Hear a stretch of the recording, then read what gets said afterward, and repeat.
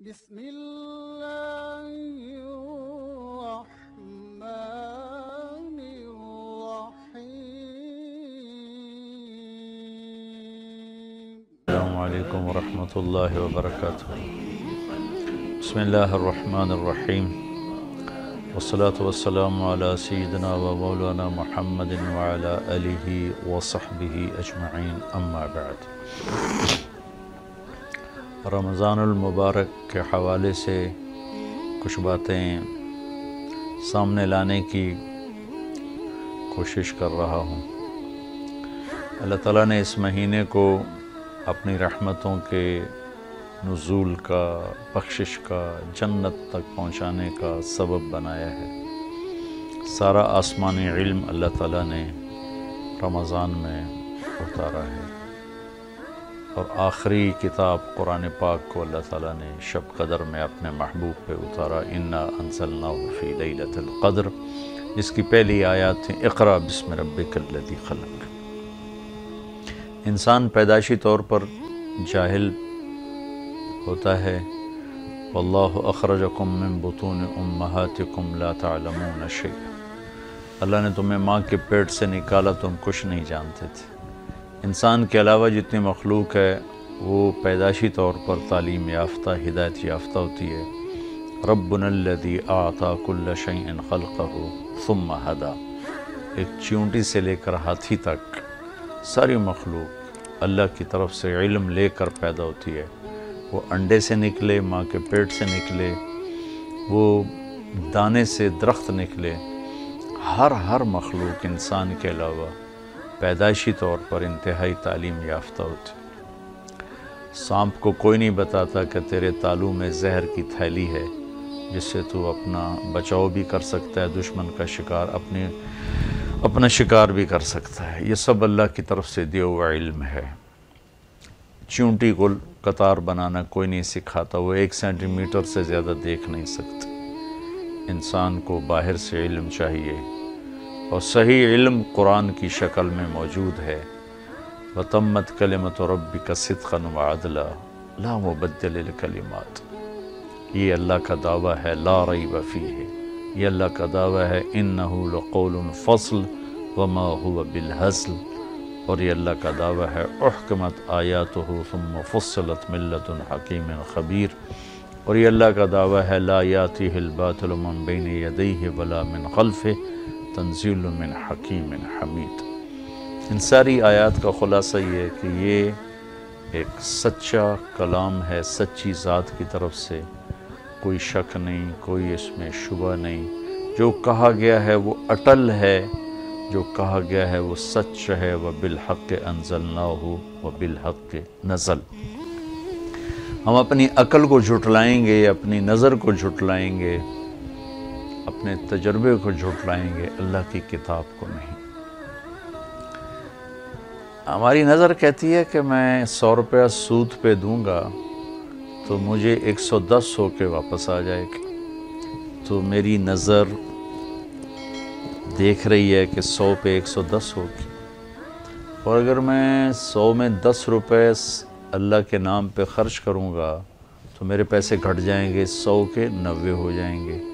اب میرے سامنے ایک طرف سود پہ دیے ہوئے 100 روپیہ کا 110 ہوا پڑا ہے، اور اللہ کے نام پر دیا ہوا 100 میں سے 10 وہ 90 ہوا پڑا ہے۔ تو ساری نظریں یہ کہیں گی، دیکھ کر ہر زبان کہے گی کہ 110 زیادہ ہے، 90 تھوڑا ہے۔ ہم اللہ کی کتاب پر ایمان لائے اور ہم کہیں گے یمحق اللہ الربا ویربی الصدقات، اللہ تعالیٰ سود کو گھٹاتا نہیں کہا، مٹاتا ہے، مٹا دیتا ہے، اور اللہ کے نام پہ خرچ کرنے کو بڑھا دیتا ہے۔ اللہ سود کو گھٹاتا ہے، مٹاتا ہے، اور اللہ تعالیٰ یربی الصدقات، صدقے کو بڑھاتا ہے۔ ربوہ اونچائی کو کہتے ہیں، ٹیلے کو کہتے ہیں۔ تو اس طرح اللہ بڑھاتا ہے، جیسے ٹیلا اونچا نظر آتا ہے، ایسے ہی اللہ کے نام پر دینے والوں کے مال کو اللہ تعالیٰ بڑھاتا چلا جاتا ہے۔ تو ہم اپنی نظر کو جھٹلائیں گے، چونکہ قرآن کہہ رہا ہے کہ سود سے مال مٹتا ہے، ختم ہوتا ہے، اور صدقے سے مال بڑھتا ہے، برکت ہوتی ہے۔ تو قرآن ایک سچا کلام ہے، سچے کا کلام ہے، سچی خبر ہے۔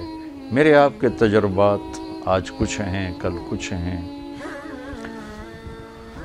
سارا بازار کہتا ہے جھوٹ کے بغیر کام نہیں چلتا، ہم قرآن پہ ایمان لائے، ہم کہیں گے الا لعنت اللہ علی الکاذبین، جھوٹوں پہ اللہ کی لعنت ہے۔ جھوٹ سے کام نہیں چلتے، سچ سے کام چلتے ہیں۔ میرا رب کہہ رہا ہے کونوا مع الصادقین، سچوں کے ساتھی ہو جاؤ، سچوں کے ساتھ رہو۔ ہم بازار کیا، ریڑھی والے سے لے کر اور بڑے بڑے کاروبار کرنے والے سب ایک زبان بول رہے ہیں کہ جھوٹ کے بغیر کام نہیں چلتا۔ عدالتوں میں جائیں، بازار میں جائیں، گھروں میں جائیں، جھوٹ کے بغیر کام نہیں چلتا۔ ہم کہیں گے اللہ کا کلام سچ ہے، جھوٹ لعنت ہے، جھوٹ سے کام نہیں چلتا، سچ سے کام چلتا۔ آج کا طاقتور اپنی طاقت کا روب بٹھانے کے لیے ظلم کرتا ہے اور اپنی طاقت کا اظہار کرتا ہے کہ میں بہت طاقتور ہوں، بہت عزت والا ہوں۔ لیکن ہم کہیں گے یہ سب جھوٹ ہے، یہ غلط جو ہم دیکھ رہے ہیں غلط ہے۔ اللہ کہتا ہے الا لعنت اللہ علی الظالمین، ظالموں پر اللہ کی لعنت ہے، اور ظالم جھوٹا مردود ہیں۔ تو ہم ہر قدم پر لا ریب فی کو سامنے رکھیں گے کہ ذالک الکتاب لا ریب فی، اس کے بعد جو کچھ کہا جا رہا ہے اس میں جو کچھ ہے وہ حق ہے، سچ ہے۔ اللہ ایک ہے، قرآن کہتا ہے، ہم کہیں گے لا ریب فی۔ اللہ کا شریک کوئی نہیں، ہم کہیں گے لا ریب فی۔ دنیا دھوکے کا گھر ہے، ہم کہیں گے لا ریب فی ہے۔ دنیا متاع الغرور ہے، ہم کہیں گے لا ریب فی ہے۔ تمام انبیاء حق ہیں، ہم کہیں گے لا ریب فی ہے۔ ہمارے نبی آخری ہیں، سارے نبیوں کے سردار ہیں، ہم کہیں گے لا ریب فی ہے۔ قرآن کہتا ہے موت کے بعد زندگی ہے، عقل کہتی ہے ان ہی الا حیاتنا الدنیا، نہیں موت کے بعد کچھ نہیں، ہم کہیں گے موت کے بعد ہے، لا ریب فی ہے۔ قرآن کہتا ہے جنت بھی ہے، ہم کہیں گے لا ریب فی ہے۔ قرآن کہتا ہے جہنم بھی ہے، ہم کہیں گے لا ریب فی ہے۔ قرآن کہتا ہے ایمان میں عزت ہے، ہم کہیں گے لا ریب فی ہے۔ وَلِلَّهِ الْعِزَّةُ وَلِرَسُولِهِ وَلِلْمُؤْمِنِينَ۔ قرآن کہتا ہے اللہ کی ماننے میں کامیابی ہے، مَن يُطِعِ اللَّهَ وَرَسُولَهُ فَقَدْ فَازَ فَوْزًا عَظِيمًا، ہم کہیں گے لا ریب فی ہے۔ ہر جگہ پر لا ریب فی آ کر ایک ضرب لگائے گا ساری دنیا کے علم پر، تجربے پر، مشاہدے پر۔ لوگوں نے عزت کے پیمانے اور بنا لیے، کامیابی کے پیمانے اور بنا لیے، کاروان زندگی کے نظام اور بنا لیے۔ ہم سب سے ہٹ کر کہیں گے جو میرے اللہ کی کتاب کہہ رہی وہ حق ہے، وہ سچ ہے، وہ لا ریب فی ہے۔ سچ میں نجات ہے، لا ریب فی۔ جھوٹ پہ لعنت ہے، لا ریب فی۔ ظلم پر لعنت ہے، لا ریب فی۔ کفر پہ لعنت ہے، لا ریب فی۔ سود مٹ جاتا ہے، لا ریب فی۔ صدقہ زکوٰۃ بڑھ جاتا ہے، لا ریب فی۔ تقوی والے عزت والے ہیں، لا ریب فی۔ نافرمانی ذلت اور پستی ہے، لا ریب فی ہے۔ سر جھکانے والے اللہ کے سامنے وہی عزت دار ہیں، لا ریب فی ہے، اور متکبر ذلیل و خوار ہیں، لا ریب فی ہے۔ اللہ اس کے رسول کی اطاعت میں دنیا اور آخرت کی کامیابی ہے، لا ریب فی ہے۔ اللہ اس کے رسول کی نافرمانی میں دنیا اور آخرت کی تباہی ہے، لا ریب فی ہے۔ حرام مال سے زندگی نہیں بنتی، لا ریب فی ہے۔ حلال مال سے زندگی بنتی ہے، لا ریب فی ہے۔ ہر جگہ یہ لا ریب فی، لا ریب فی۔ جب اس کیفیت سے قرآن ہم کھولیں گے، پڑھیں گے، پھر یہ قرآن ہمیں ہدایت کا راستہ دکھائے گا، ہدن للمتقین۔ پڑھنے والے کوئی شک ہے تو اسے ہدایت کہاں سے ملے گی؟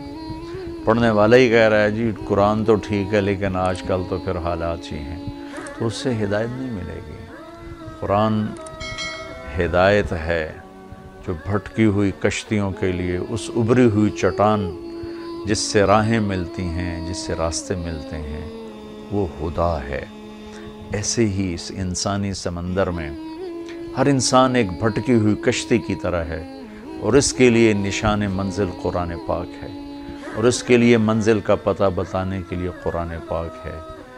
جو اس کو سامنے رکھ کر چلے گا اس کی کشتی کنارے پہنچے گی، گھاٹ پہنچے گی، منزل پہنچے گی، اور جو اس سے ٹکرائے گا تو ان کا پاش پاش ہونا انہی کا مقدر ہے۔ اور قرآن کی عزت سلامتی پر کوئی آنچ نہیں آ سکتی، کوئی زوال نہیں آ سکتا۔ انہ لقول فصل۔ ساری دنیا کے دانشور، ساری دنیا کے پڑھے لکھے وہ غلط بھی کہتے ہیں، صحیح بھی کہتے ہیں، لیکن میرا اللہ ہر حال میں صحیح کہتا ہے، حق کہتا ہے، اور اس کی بات کو چیلنج نہیں کیا جا سکتا۔ طارق جمیل کی بات کو چیلنج کیا جا سکتا ہے، اللہ کی بات کو چیلنج نہیں کیا جا سکتا۔ تو یہ قرآن کا مہینہ ہے، قرآن کو پڑھیں۔ یہ ہدایت کا پیغام ہے، یہ روشنی کا مینار ہے، یہ سمندروں کے لیے جو لائٹ ہاؤس ہوتے ہیں ایسے یہ ہمارے لیے لائٹ ہاؤس ہے۔ یہ ہمیں راستے کا پتہ بتاتا ہے۔ جو اس میں کہہ دیا ہے اس کو پکڑ لیں، جس سے روکا گیا اس کو چھوڑ دیں، منزل مل جائے گی۔ تو اس مہینے کی فرائض کے بعد بڑی بندگی ہے قرآن کی تلاوت، اور پھر اس کا کچھ تھوڑا ترجمہ پڑھنا۔ جس عالم کو بھی آپ پسند کرتے ہیں آپ اس کا ترجمہ پڑھیں، انشاءاللہ آپ کو اس سے فائدہ ہوگا۔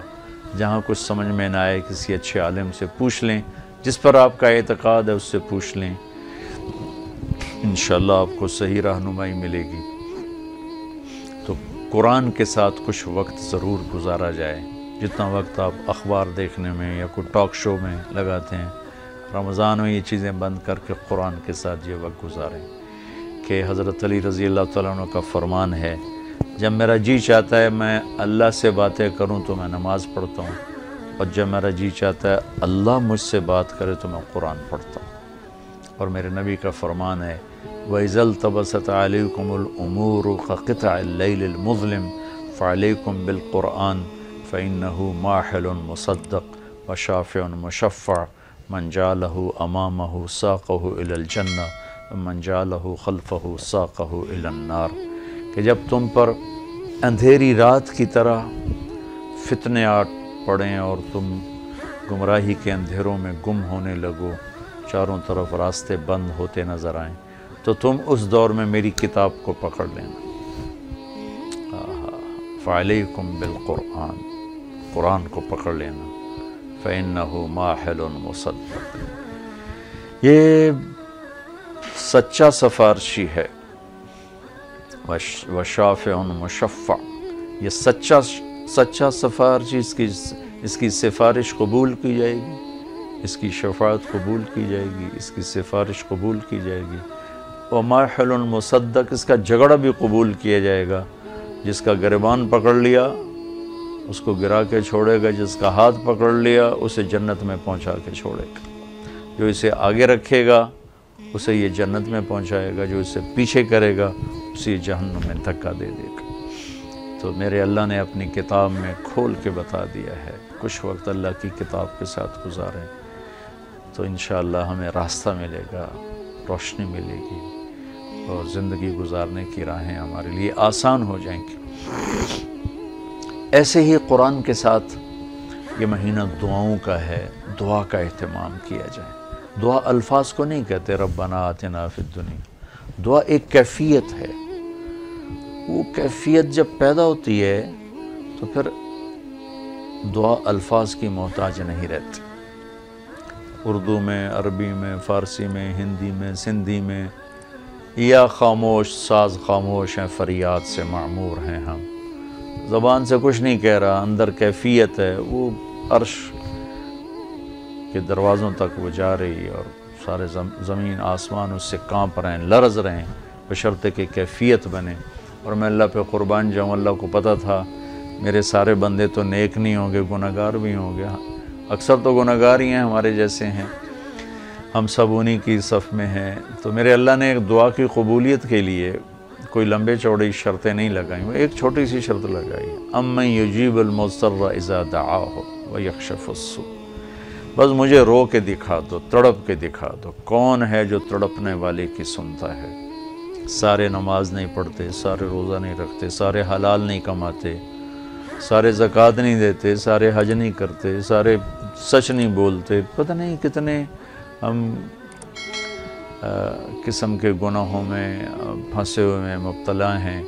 تو اگر میرا اللہ یوں کہتا کہ میں تو صرف تقوی والوں کی سنوں گا، امن یجیب المتقین، ساڑھی تو پھر چھٹی ہو گئی آئی۔ تو میرے اللہ نے کیا کیا، کہا بھائی مجھے پتا تم سارے نیک نہیں ہو سکتے، نہ مرد نہ عورتیں، تو تم ایسا کرو میرے سامنے، جیسے بچہ ماں کے سامنے آ کے روتا ہے تو اپنی ضد پوری کروا لیتا، اور ماں پہلے نہ بھی کرتی ہے لیکن وہ مسلسل لگا رہتا ہے، روتا رہتا ہے، تو پھر ماں کہتی ہے اچھا میرا سر نہ کھا ایل۔ تو میرا اللہ کہتا ہے بھائی ایک کام کر لو میرے سامنے آ کے، بس مجھے رو کے دکھا دو، چند آنسو بہا دو۔ اچھا تم کہتے ہو مجھ سے تو رویا نہیں جاتا، میرا دل بڑا سخت ہے، تو ہائے تو کر سکتے ہو، اللہ کے سامنے ہائے کر کے سنا دو، ہائے میرے ربا۔ یہ ہائے بھی تمہیں رلائے گی بھی صحیح ہے، اور اللہ کے عرش تک تمہاری دعا بھی پہنچے گی۔ دعا الفاظ کا نام نہیں، کتاب کھول کے پڑھ رہے ہیں اس کا نام دعا نہیں، مناجات مقبول پڑھ رہے ہیں یا حزب الاعظم پڑھ رہے ہیں، یہ پڑھنے کا اجر مل رہا ہے۔ مناجات مقبول پڑھی، اجر ملا، الحزب الاعظم پڑھی، اجر ملا، اور کئی دعاؤں کی کتابیں ہیں بہت سی، حسن حسین ہے اور بہت سی ہیں۔ تو لوگ ایسے وہ حرم شریف میں طواف میں کتاب کھول کے وہ دعا مانگ نہیں رہے، وہ دعائیں پڑھ رہے ہیں، اور پڑھنا اور چیز ہے اور مانگنا اور چیز۔ مانگنے کا مطلب سمجھنا ہو تو یہ جو راستے میں کھڑے فقیر مانگ رہے ہوتے ہیں، ذرا ان کے چہرے کے ایکسپریشن دیکھیں، ان کے مانگنے کا انداز دیکھیں، ان کے چہرے پر مصنوعی عاجزی ہوتی ہے وہ دیکھیں، جی چاہتا ہے ان کو کچھ دے دیا جائے، اس کا نام دعا ہے۔ کتاب کھول کے پڑھنے کا نام دعا نہیں، اور رٹی رٹائی دعاؤں کو ایسے فر پڑھنے کا نام دعا نہیں۔ ہمارے ائمہ مساجد نماز کے بعد چند دعائیں رٹی ہوئی ہیں وہ دہرا دیتے ہیں، لوگ آمین کہہ دیتے ہیں، یہ دعا کی شکل ضرور ہے، اس میں انشاءاللہ اجر ملے گا، لیکن یہ دعا نہیں ہے۔ دعا ایک اندر کی فریاد کا نام دعا ہے، اس لیے میں اللہ پہ قربان جاؤں نے کہا بھائی فریاد کر لو سنی جائے گی، المضطر، جو بھی فریاد کرے۔ اچھا میں ایک اور بات بتاؤں، المضطر، میرے اللہ نے یہاں مسلمان کی شرط بھی نہیں لگائی، کافر بھی اگر بے قرار ہو کر اللہ سے مانگے گا تو اللہ اس کی بھی سنے گا۔ المضطر، اللہ نے المضطر المومن المتقی نہیں کہا، المضطر، پتھر کا پجاری ہے یا آگ کا پجاری ہے، اللہ کے سامنے سر جھکاتا ہے یا گائے کے سامنے سر جھکاتا ہے، جو بے قرار ہو کر اسے پکارے گا وہ سب کا رب ہے، سب کی سنتا ہے۔ اجیب دعوت الداع اذا دعان، یہاں بھی اللہ نے کہا ہے کہ میں پکارنے والے کی پکار کو قبول کرتا ہوں، سنتا ہوں۔ یہاں بھی مسلمان کی شرط نہیں لگائی، مومن کی شرط نہیں لگائی، مسلمان ہو کر نیک ہونے کی شرط نہیں لگائی، سب کا رب ہے، تو اسے پتہ ہے میرے بندے اکثر تو گناہگار ہی ہیں۔ دعا کی عادت ڈالیں۔ دعا کتاب پڑھنے کا نام نہیں، رٹی رٹائے الفاظ کا نام نہیں، دعا ایک کیفیت کا نام ہے۔ یہ جو لوگ کہتے ہیں جی میرے لیے خاص دعا کرو، ضرور ایک دوسرے کے لیے دعا کرو اور ایک دوسرے کو دعا کی درخواست بھی کرو۔ تو حضرت عمر رضی اللہ تعالیٰ عنہ عمرے پر جا رہے تھے کہ یا رسول اللہ میں عمرے پہ جا رہا ہوں، تو آپ نے کہا عمر مجھے بھی دعاؤں میں یاد رکھنا۔ تو ایک دوسرے کو دعا کی درخواست کرنا یہ مسنون ہے، لیکن وہ جو کہتے ہیں نا میرے لیے خاص دعا کریں، خاص دعا وہ ہوتی ہے جو آپ اپنے لیے تڑپ کے کرتے ہیں۔ میں ایک مثال دیتا ہوں، میرے پیٹ میں درد ہو اور میں اپنی بیگم سے کہوں تو ذرا ہائے ہائے کر، یا میری بیگم کے پیٹ میں درد ہو وہ مجھے کہے ذرا آپ تھوڑی سی ہائے ہائے کریں، تو میں ہائے ہائے تو کر لوں گا لیکن اس میں کیفیت تو نہیں ہوگی۔ تو خاص دعا وہ ہوتی ہے جو تڑپ کے مانگی جاتی ہے اور سیدھی جاتی ہے، قبول ہوتی ہے۔ عام طور پر ہم کہتے ہیں ہماری دعائیں نہیں سنتا، یہ نہیں کہنا چاہیے، ہر دعا اللہ سنتا ہے، ہر دعا سنتا ہے۔ ہاں قبولیت کی شکلیں الگ ہیں، کبھی وہی چیز دے دیتا ہے، کبھی ہمارے مناسب نہیں ہوتی تو کوئی اور چیز دے دیتا ہے، کبھی اس کے بدلے میں کوئی مصیبت ڈال دیتا ہے، اور کبھی اس کو سٹور کر لیتا ہے۔ اور آخرت میں جب بندہ بندی آئے گا نا تو اللہ فرمائیں گے تو نے یہ دعا مانگی ہم نے پوری کر دی، یہ دعا مانگی اس کے بدلے میں یہ دے دیا، یہ دعا مانگی اس کے بدلے میں یہ مصیبت ڈال دی، یہ دعا مانگی اس کے بدلے میں ہم نے کچھ نہیں دیا، اب ہم تمہیں دیتے ہیں۔ جب وہ دیکھے گا اس دعا کے بدلے میں اللہ کے انعام تو کہے گا ہائے کاش میری دنیا میں کوئی دعا قبول نہ ہوتی، سب کچھ مجھے یہی ملتا۔ لیکن بہرحال ہم نے یہاں بھی اللہ سے لینا ہے، وہاں بھی لینا ہے، تو اس میں یہ مہینہ دعا کا مہینہ ہے، تھوڑا وقت افطاری میں نکالیں، تھوڑا وقت سحری میں نکالیں، نمازوں کے بعد تھوڑا سا دعا کو لمبا کریں۔ یہ جو فرض نماز کے بعد ہمارے ائمہ دعا مانگتے ہیں وہ تو چند سیکنڈ کی ہوتی ہے، اس کے بعد آپ خود ہاتھ اٹھا کے اللہ سے بات کریں۔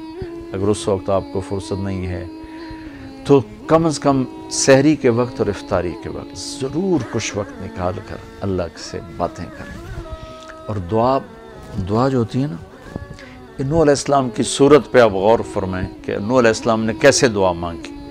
پہلے اللہ کو اپنے دکھڑے سنائے، اپنے غم سنائے، اپنی درد بھری کہانی سنائی۔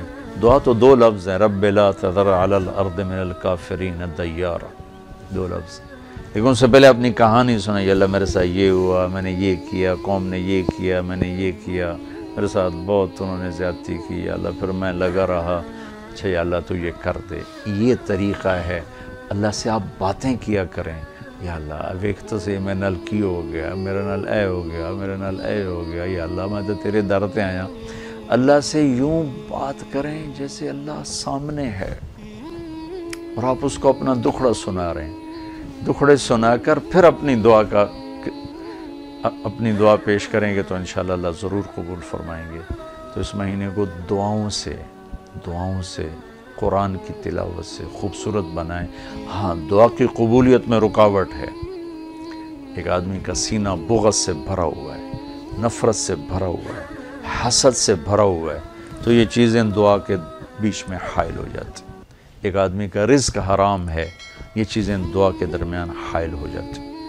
لیکن اس کے باوجود بھی اگر کوئی تڑپ کے مانگے گا نا تو مجھے یقین ہے کہ جو بھی ہے نا اللہ اس کی ضرور سنے گا۔ تڑپ کے مانگنے والے کو اللہ کبھی خالی ہاتھ نہیں لوٹاتا۔ تو دعا کی کیفیت بنائیں، تڑپ کے مانگنے کی۔ کتاب والی دعا اجر ملے گا، دعا والا کام نہیں ہوگا۔ دعا تو اللہ کی طاقت کو ساتھ لینے کا عمل ہے کہ جہاں میں بے بس ہوں اے اللہ تو اپنی قدرت کو ظاہر فرما۔ تو یہ اللہ پاک نے دعاؤں سے وہ کیا ہے جو مردے زندہ کر دیے دعاؤں سے اللہ تعالیٰ نے۔ نباتہ بن یزید نخی رحمۃ اللہ علیہ یمن کے تابعین میں سے ہیں، سفر پہ جا رہے تھے، گدھا مر گیا، تو ایک طرف ہو کے دو نفل پڑھے کہ یا اللہ تو بے نیازم ہے، تو ضرورت مند ہوں، یہ میری سواری ہے، میں آگے پیدل کیسے چلوں، اسے زندہ کر دے، تجھے قدرت ہے۔ پھر ایک اس کو چھڑی ماری کا، اٹھ قم باذن اللہ، گدھا دم ہلاتا ہوا کھڑا ہو کے۔ اور نباتہ پہلے فوت ہوئے، گدھا بعد میں مرا۔ اور امام شعبی فرماتے ہیں کہ میں نے دمشق کے بازار میں اس گدھے کو فروخت ہوتے دیکھا۔ تو دعاؤں سے تو ایسے ناممکن اللہ تعالیٰ ممکن کر دیتے ہیں، واقعات بھرے پڑے ہیں، اور اس کے لیے کوئی بڑا بزرگ ہونا ضروری نہیں، درد مند ہو کر فریاد کرنا ضروری ہے، چونکہ وہ نیکوں کا بھی رب ہے اور گناہ گاروں کا بھی رب ہے۔ انہوں نے کہا مجھ سے تڑپ کے مانگو، دروازے کھل جائیں گے۔